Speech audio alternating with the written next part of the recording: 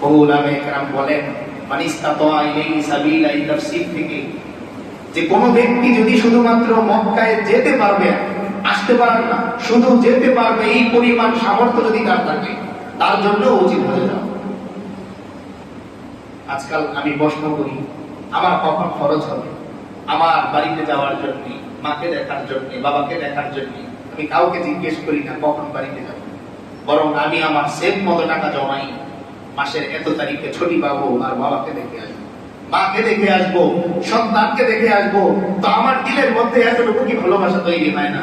আমি আমার আল্লাহর ঘরটা একবার দেখে আসবো, আমি আমার রবের ঘরটা একবার দেখে আসবো। আজকাল তো আমাদের মহব্বত কমে যাওয়ার আরো একটা কারণ, ফ্রিতে আমরা ছবি দেখে দেখে মনের অনেক অনুভূতি নষ্ট করে ফেলছি। এই বাইতুল্লাহ, ছবির মধ্যে যে বাইতুল্লাহ, এই বাইতুল্লাহ না, ছবির বাইতুল্লাহ যদি হতো তাহলে 40 বার 50 বার যেও হজের কথা সামনে আসলেই কেঁদে উঠত। যদি এই ছবির বাইতুল্লাহ হতো তাহলে রাসূল করিম সাল্লাল্লাহু আলাইহি ওয়াসাল্লাম তার এই মাতৃভূমি ছেড়ে যাওয়ার সময় কান্না করতেন। কেন কান্না করতেন?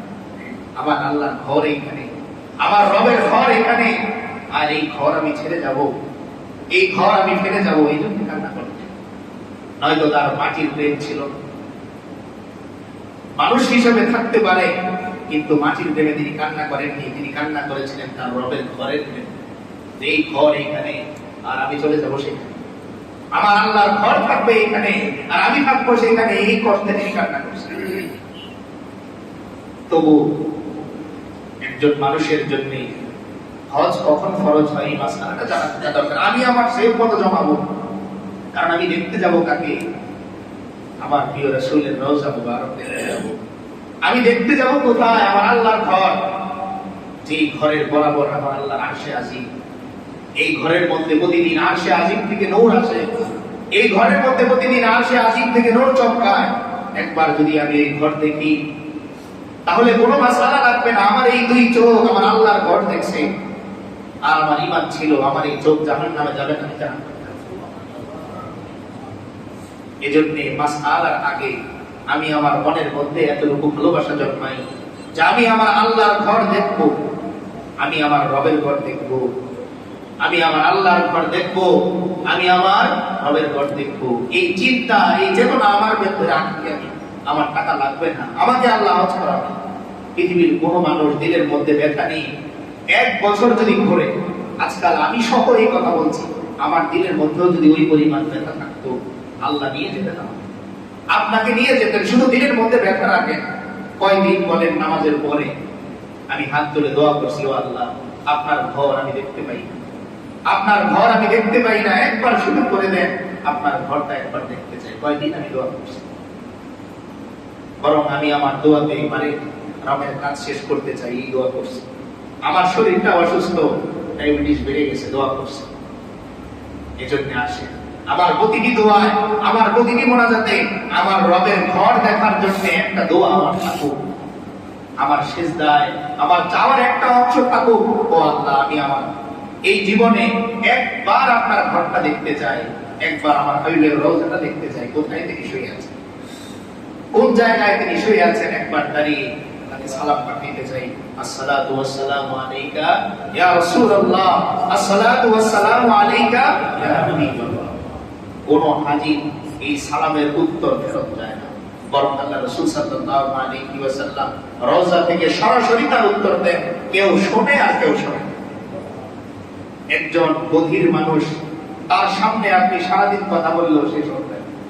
আজকাল আমরা গুনাহ করতে করতে আমার কান নষ্ট করেছি, তাই আমার হাবিব সালামের উত্তর দিলেও আমি আমার কান দিয়ে শুনতে পাই। নয়তো বহু মনীষী তো বলেন, আমার নিজ কানে শুনেছি আমার হাবিব আমার উত্তরে সাড়া দিয়েছে। হাজী ইমদাদুল্লাহ মুহাজির মক্কি রাহমাতুল্লাহ আলাইহি বলতেন, আমি যতবার আমার হাবিবকে সালাম দিয়েছি নিজ কানে শুনেছি, তিনি আবার রিপিট করছেন, তোমার উপর সালাম করছি। আমি আমার কানটাকে হাজী ইমদাদুল্লাহ মুহাজির মক্কির মতো বানাই না, গুনাহ ছেড়ে দেই, আমার কানটাকে পবিত্র রাখি। পবিত্র কান দিয়েই কেবল পবিত্র জবানের কথা শোনা যায়।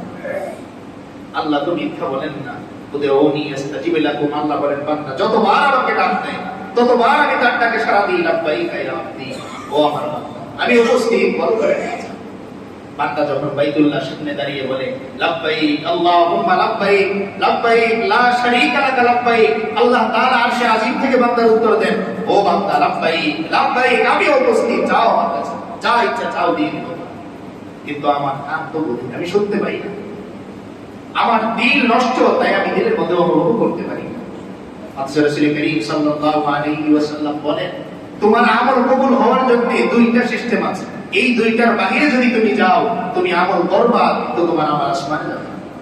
এক নাম্বার শর্ত যে তোমার মনে করতে হবে আল্লাহ কান্নাকা তারাহু, যে তুমি ইবাদত করতেছো, তুমি লাব্বাইক করতেছো, তুমি নামাজে দাঁড়িয়েছো, তোমার মনে করতে হবে আমি আমার আল্লাহকে দেখতেছি।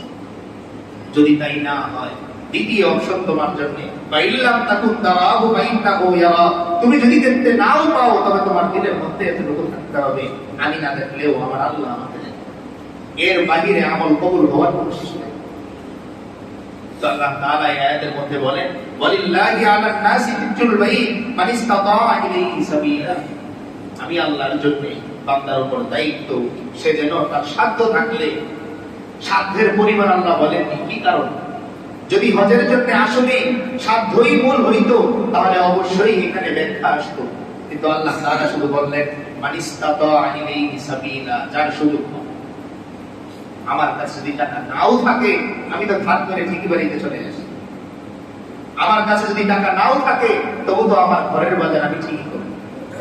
কিন্তু কেবলমাত্র আল্লাহর বিধান পালন করতে গেলেই আমি আমার নগদ টাকার সংখ্যা বের করি, আমার ঋণের সংখ্যা বের করি, আমার নগদ ক্যাশের সংখ্যা বের করি, অথচ আমার সংসার চালানোর জন্য, আমার বাড়িতে আসার জন্য, আমার প্রয়োজন পূরণ করার জন্য আমি একদিনও সেভ করি না।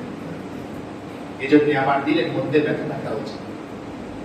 হজের এই যে সময়কাল, শাওয়াল থেকে শুরু হয়, শাওয়াল, জিলকাদ, জিলহজ।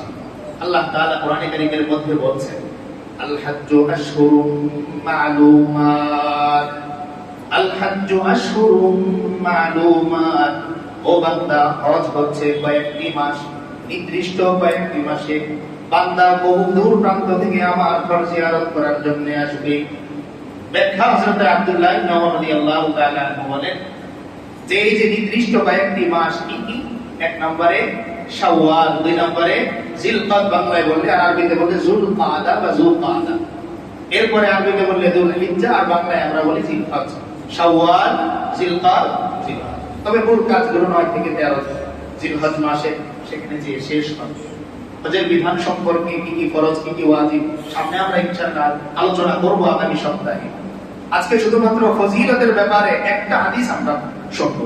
হযরত আবু হুরায়রা রাদিয়াল্লাহু তাআলা থেকে বর্ণিত, عن أبي هريرة رضي الله تعالى عنه قال قال رسول الله صلى الله عليه وسلم من حج